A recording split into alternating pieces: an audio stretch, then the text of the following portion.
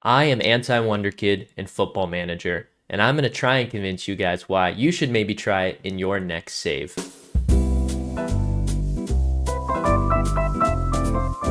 You saw the thumbnail, it's the Chelsea Academy, and really it's just kind of the Chelsea way of playing in Football Manager that I think a lot of people tend to play because, in Football Manager, you have such a God mode view of so many good players. And when you see all these players that can be easily available to you once you kind of gear up and get a lot of money in your club, it's very hard to say no and not just pack your team with all the best youngsters in the world.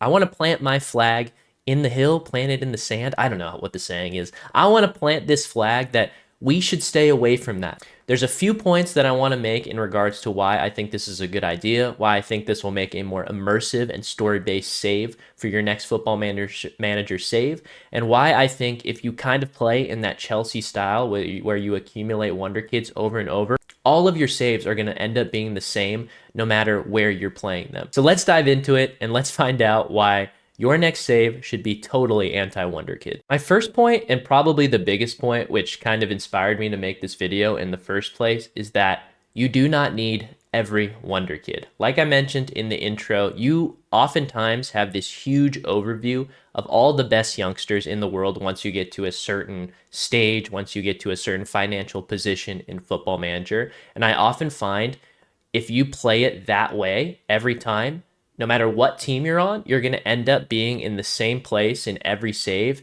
And I think, for me personally, that gets very boring. And especially when we're in a game cycle where we've played Football Manager, for this Football Manager in particular, for so long, I think there's definitely more fun ways of playing. And this has nothing to do with it being like a specific challenge, like Build a Nation, Journeyman, or, Youth to Glory or anything like that. This is just more of a mindset of playing as opposed to, this is the challenge that I'm trying to do. And, I'm guilty of it because I like to do challenges, so I make it harder on myself in certain ways. But I think this is just kind of comes from my ethos of playing personally as well. Like I mentioned, you do not need every Wonderkid. One, because I think it makes it a lot more fun to have sniper precision when going after prospects. It gives each player that you're going after more of a story when you only sign maybe like 2 or 3 every season or two, as opposed to, just filling your youth ranks with the best prospects from all over the world every single season.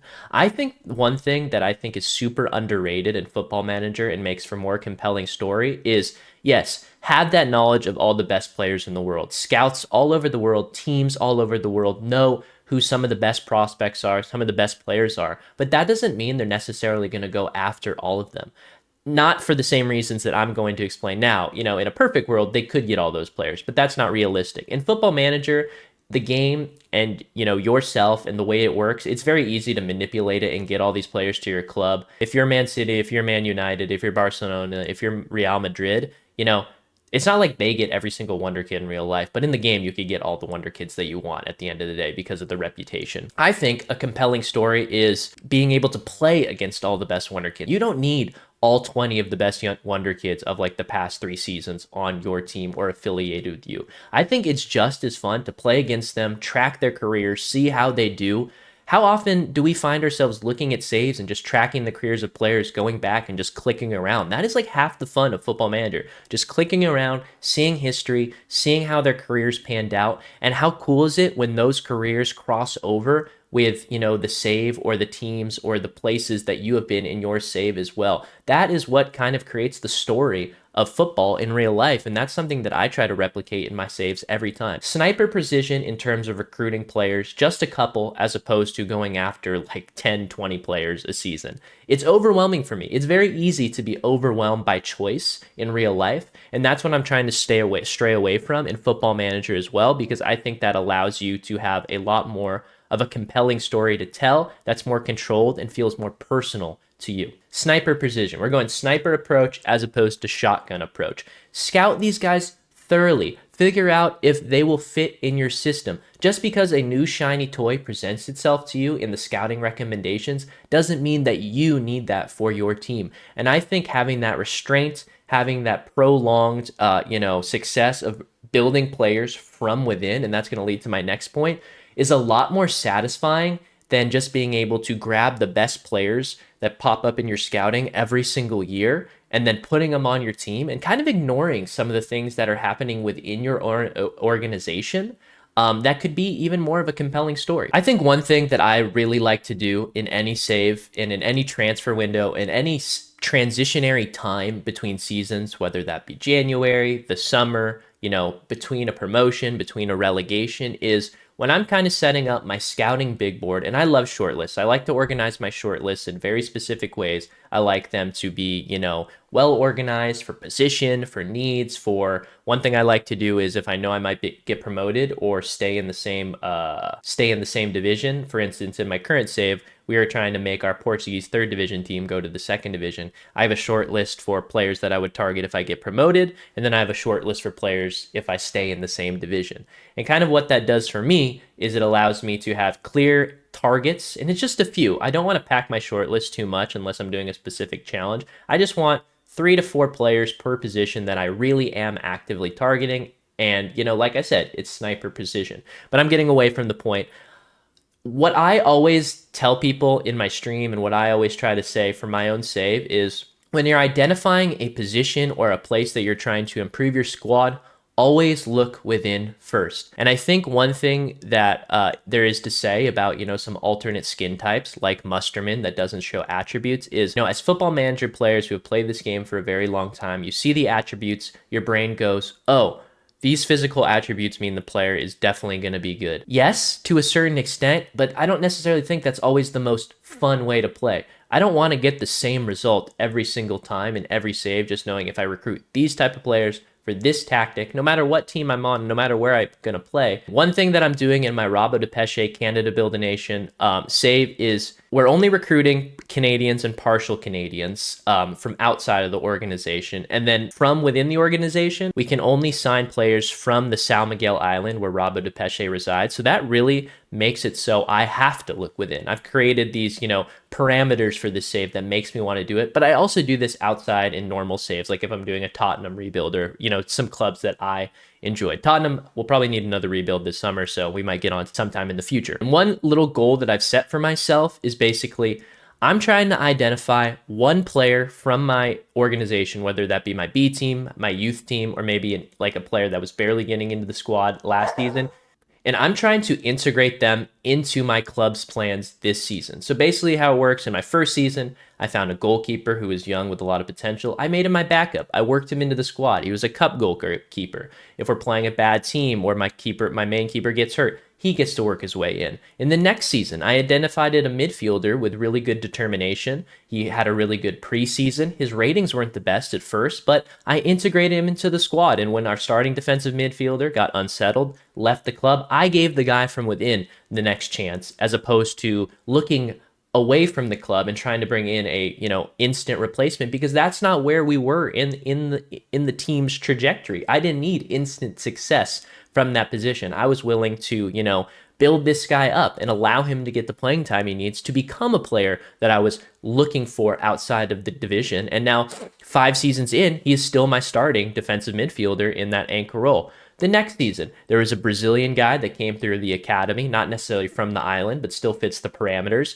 He had a little bit of pace to him. He had a little bit of flair to him. Again, had a really good preseason. I'm going to work him in. It hasn't been as successful as the anchor midfielder, but he's a good impact sub for us. And now 3 seasons in, we already have 3 guys from the academy who are playing roles on the squad. And this is what we want to build up. I think one thing that I always find not sad, but kind of anti grassroots football is when you look at a squad, a starting squad and on a European team, and they don't have any of their own homegrown players on the roster or playing a good role. I want homegrown players on my roster. I think that's such a more compelling story to tell. And if you can create your own Wonder Kids, I think that's more fun than just going out and grabbing every Wonder Kid that you see. So I think one tenet of my play style is always look within first, and then if you can't find anything to fill that need that you have from within, then look outside of it. But that's what makes you have that sniper precision. You've exhausted all your resources at looking inside of your club and maybe giving chances to guys who maybe on paper aren't necessarily the best option, but they're your option. And I think that allows the save to be a lot more fun. And you'll remember those type of players a lot more than, the Wonder Kids that you find on lists or the one. But, to each their own also. I've had similar stories where I do go find that wonder kid and then I bring him to my club and then he becomes like just as important as my academy guys. So I'm not just saying that I'm totally anti Wonderkid. There's caveats to everything, and this is just kind of the ethos that I'm playing with. All right, I'm going to dive a little bit deeper into that sniper precision thing that I was thinking of. It comes to short lists, it goes along the lines of long-term scouting. I think one thing that is really satisfying for me is sometimes I'll identify players that might not be interested in my team now. I might not have the opportunity to sign them now, but I love a long-term short list. I think delayed gratification is one of the nicest things, one of the best feelings in real life and in Football Manager. So I've translated that into the game. I've signed a player from a Canadian academy in this save that I had on a short list for 3 seasons. He appeared in the save, I think, halfway through season 1, and he didn't play his first games with us until season 4. And the reason was because his wage that he wanted to come on, he was a little too young in the first 2 years. The third year, the wage was a little too high, and I was still unsure about him. But he was enjoying an incredible career in the academies of an MLS team in Canada, having a great U20 career for the Canadian youth team that we were keeping track of because this is a Canada built nation. And eventually, when he made his way to us, we were able to put in a player that had developed really well outside of our organization. We could plug him in and turn him into a really key player immediately. And because we had been watching him for so long, I felt as if, this player had so much lore and so much story already, even though like he wasn't on my team in the first place. And I think that's one thing that's really cool and kind of harkens back to some of the points I made at the start. Not every good player that you have your eye on has to be on your team for it to be a compelling part of the story that you're telling in Football Manager. At the end of the day, this game for me is so much about the story. And I feel like I've already said that, do a clicker for every time that I said story in this video. But like, keeping eyes on players, I have long-term short lists for maybe like 10, 20 players. It's like basically keep an eye on short lists. Maybe this guy will come and play for us eventually. Maybe he won't. But if I ever need a guy like that, this is the first place that I'm looking. And I kind of review them every year and see how their performance is going, see how their attributes are going, see if they're getting the playing time, how their team is doing. All these things matter to me. I really like to be, sniper precision. I'm going to keep saying it. I want young players who are playing above their level, playing key roles on teams maybe in lower divisions, but are playing well. And then, there's a proven track record of a player coming to my team that I can sign. And, whether they make the first team immediately, whether they go to the B team, whether they go to the youth team, there is a body of work already there. And then on the other hand, if there's some wonder kids with potential and you're just trying to supplement your academy, I also like that too. But I just don't really like seeing the transfers in of a bunch of youth players every year that's like 20 players. I don't love a 20 player transfer in policy. That's the Chelsea policy. And I just don't, I find that icky in real life. Let other teams in the world eat. And I know it's a fictional world, but grow the game in that way. Make the story, what is it? A rising tide raises all boats. I don't know if that necessarily applies to this, but I'm just going to say it. Like, let all the other teams get Wonder Kids too, so the level of competition grows, and you get to play against these players that you've had your eye on and maybe not signed, but there's lore, there's story, there's cool things that you get to track, and you get to play against them. So just something to keep in mind.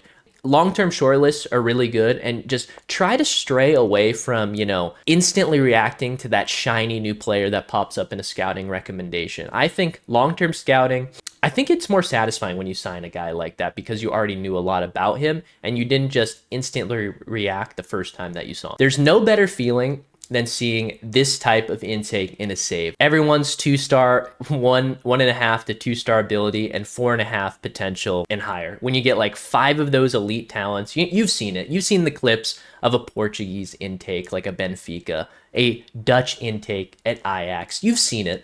That is what I'm trying to build at every club that I go to. And I do understand a way to do that is to buy players cheap and to sell them so that you can reinvest it into your club. I am not ignorant to that fact that some of the things that I'm standing against prevent you from getting to one of the ultimate goals of what I stand for. So I do understand you do have to make some sacrifices to this challenge sometimes, but I think overall, building up an infrastructure within your own club is the most satisfying thing in Football Manager. My goal with this Rabo de Pesce Canada Build a Nation is I want to create a club that has the youth academies, the youth intake capability of a Benfica, of a Sporting CP, of these Portuguese giants. And because Rabo de Peixe is a club in the Azores region of Portugal, the biggest team over there is Santa Clara. It's all the islands, west coast, off the west coast of Portugal. My whole thing is I want to make this club the gem of the Azores in terms of youth intakes. And that's going to take 10, 15 seasons to do,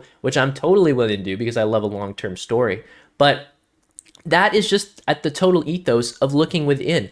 I want to be able to create this and create this long-term story where, when I look down the line, it's like, wow, we put in so much resources, we put in so much time, we stuck to this, kind of ethos of playing, and now the fruits are finally growing. Everything is finally becoming exactly how we want it to be, and we're seeing those own intakes in our own save. There's nothing better than seeing a player homegrown from your club, rise up and become a star for your team. I don't think there's a better feeling in Football Manager because it feels so natural, it feels so real. It feels like what's the lifeblood of, of football. I think grassroots football is so inspiring. And if you can create that in Football Manager, I think that's such a compelling way to play. And then finally, it's like, that just coincides with, another tenet that I always have with Football Manager. Always do the more immersive thing.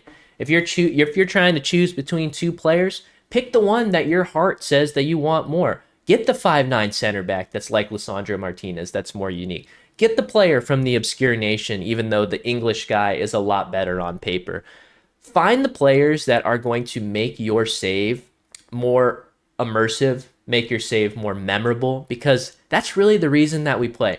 I don't think the reason that we play Football Manager is to win everything. If that's the reason that we are playing, I feel like a lot of people would have quit this game after they accomplished that. There's a reason so many people start 10 plus saves in one Football Manager game, and there's the reason why people play one save the entire time, because they're trying to find their next story. They're trying to find their next immersive piece of the puzzle that this game gives them. And I think always trying to find the thing that makes the most sense for your story is always going to be the most fun. Sometimes the most immersive thing is to not sign the player that probably wouldn't join you.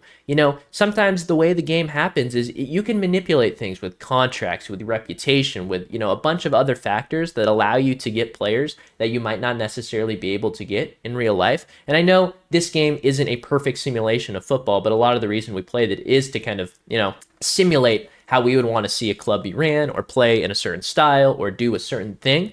But I think always, showing restraint, choosing the thing that is going to bring you the most joy. And I know it sounds super basic and corny, but like that is really going to be the thing that elongates these saves for you. And I know some people don't love playing long-term saves. You don't have to, play a long-term save to get this type of ethos of playing. At the end of the day, just choose the more immersive thing, make your save filled with story. And yeah, I don't know if this video, made any sense. It's something I've been wanting to, get off my chest. It's a way that I play. And I want to do more videos like this because it's just fun. It kind of harkens back to some of the things that I talk about on my stream. So yeah, I'm anti-Wonderkid to an extent. Don't be Chelsea. Choose the more immersive storytelling option. Be a sniper when you are signing Wonderkids, and always look within first. Those are the main points of the video. Enjoy your next save. Find the story in it, and yeah, hopefully you guys keep enjoying this Football Manager for as long as we're going to be playing this one, and I look forward to the next one. But yeah, thank you for watching. Make sure to like, comment, subscribe, all that stuff. Check out my streams. I usually stream Mondays, Tuesdays, and Thursdays on Dill 40K on Twitch. But yeah, if you want to see some more story-based Football Manager content, make sure to stick around for another video. Click something. I don't know. I'm yapping too much. Bye.